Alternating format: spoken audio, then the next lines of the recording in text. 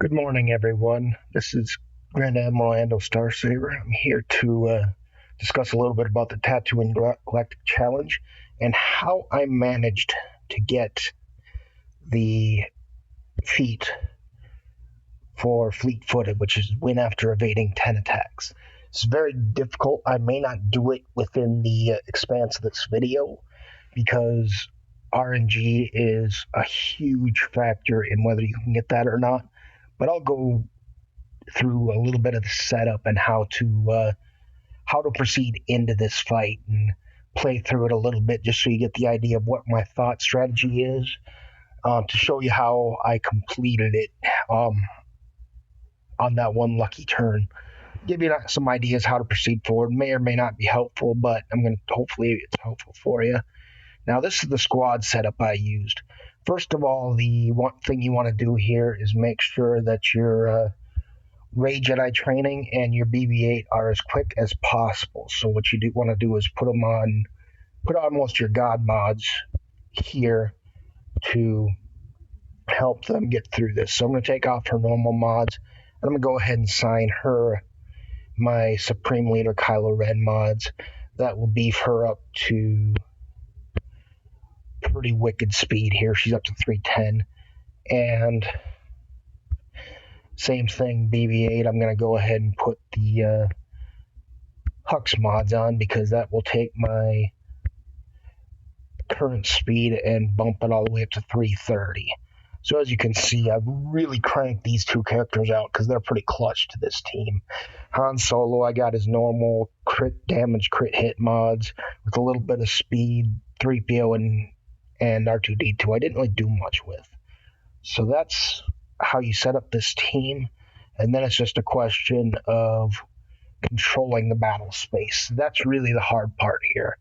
Now, the first part's very straightforward. You got a Han, they got a Han. Your Han will shoot first, as far as I've seen every time. So that will give you a little bit of a heads up here, and then it's just the RNG of the different elements of the battle here. So when you get off that first hit, you want to go ahead and take away turn meter from Commander Luke Skywalker. You don't want him to go quite off the bat. Then go ahead and start to put some stuns and confusion up on old Ben here. Now hopefully you can get some confusion up on 3-Bach as well, or a stun. In this case, neither the case happened. Not necessarily a deal breaker, but it's going to make things a little harder if you don't control him, because he can do a follow-up attack that can do that. See, and then RNG took its course. So he cleared the Foresight, and CLS took BB-8 out. That's why 3-Bach is a dangerous target. So we'll go ahead back in again. Show the setup again. A few of these, and you'll get the idea. Hopefully, I don't intend to play through it unless I just happen to get really lucky RNG. But again, stun Han, take turn meter from CLS, work on 3-Bach when you do that. Okay, we got a confusion up, that will help. And then go ahead and do the mass attack on old Ben to keep him from doing the taunt here. Throw up the smoke screen so you can start to whittle down Han a little bit, because you can't. Oh, man, we lost again. It's very easy to lose a character here, as you can see. It's just a lot of it's in the luck. I won't lie to you. I didn't get this right away. I can't get this every single time. But the strategy is more or less the same. It just has to execute right to make it possible here. So again, target 3-Bach with the assist to BB-8. Maybe we'll won't put up quite enough confusion to stop 3-Bach, but it'll at least keep him contained. Put a couple over there on old Ben. Start to work on. Nope, and we lost BB-8 again. So that's the problem with 3-Bach. He can clear a lot of those foresights when you really need them. It's it's a bit of a frustrating ordeal. I won't lie to you. It's not something that you'll get right away or in the first 2 times. You're going to have to really work on it for the right setup here. And I'm going to try to at least show you close to that point to see what it can. Here we got a stun. That's really helpful because now 3-Buck is out of the fight for a little bit. So that can be a very handy thing because now they won't clear BB-8's foresight on the first turn. So when Luke goes, it'll hit against foresight. So now you can see we're a little better off than we were before. Now I'm going to go ahead and do a mind trick on Ahsoka Tano Fulcrum. That will pull down her protection just because of the way her unique works. She'll take away her turn meter and she'll consume those debuffs and send them straight into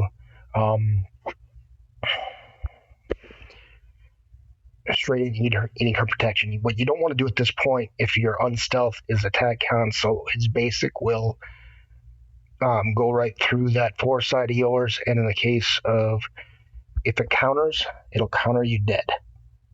So there we're okay.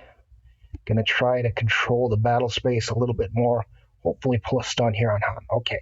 So now we're looking a little bit better. We have more control over the battlefield.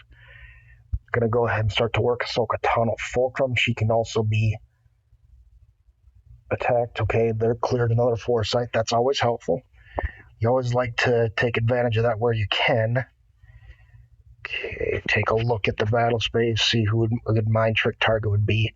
I don't think I need to do Ahsoka Tano Fulcrum this time just because she doesn't have that much turn meter. But you want to really control Han, get him out of the battle quick, because if he gets a turn, he can ruin your life. So we took him out of the battle. And we took Ahsoka Tano Fulcrum. Now he can start working on CLS, because when he counters, that'll be against a foresighted target when it does occur. I'm going to go ahead and put some burning out here. Doesn't do much for this battle, but doesn't hurt us either at this point.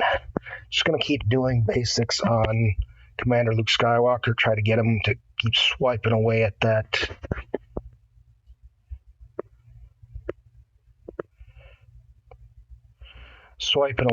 foresight every chance you get. So I'm just going to keep working this. Hit old Ben a little bit more. And the idea here is just keep working on... Oh, and unfortunately sometimes the debuffs will kill him. And then you're stuck there. So this one we're going to win the battle. We're not going to get the achievement necessarily.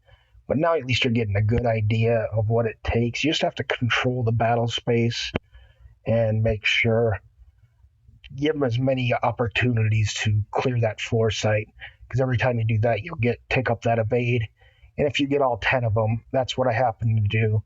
That's where the win comes in. It's frustrating. You'll get a lot of wins that don't have defeat made. I wish it gave you a counter that told you how many evades you had already. It doesn't, so you just have to kind of deal with that and do a little bit guesswork. But that's the basic strategy. You control the fight, take out Han as quickly as possible, take out Fulcrum somewhat quickly, and then use CLS as much as possible to burn off your foresights repeatedly, especially on counters, and you can get the win. It's going to be frustrating. It's not going to happen the first time, probably, but you'll get there. It just takes a little bit of patience, persistence.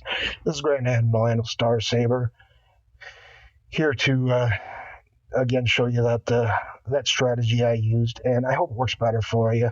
If you do have Galactic Legends Rey, it's probably a better technique. There's some videos out there for that. I don't have her, so I can't show you that, and that's probably a more effective way to go about it.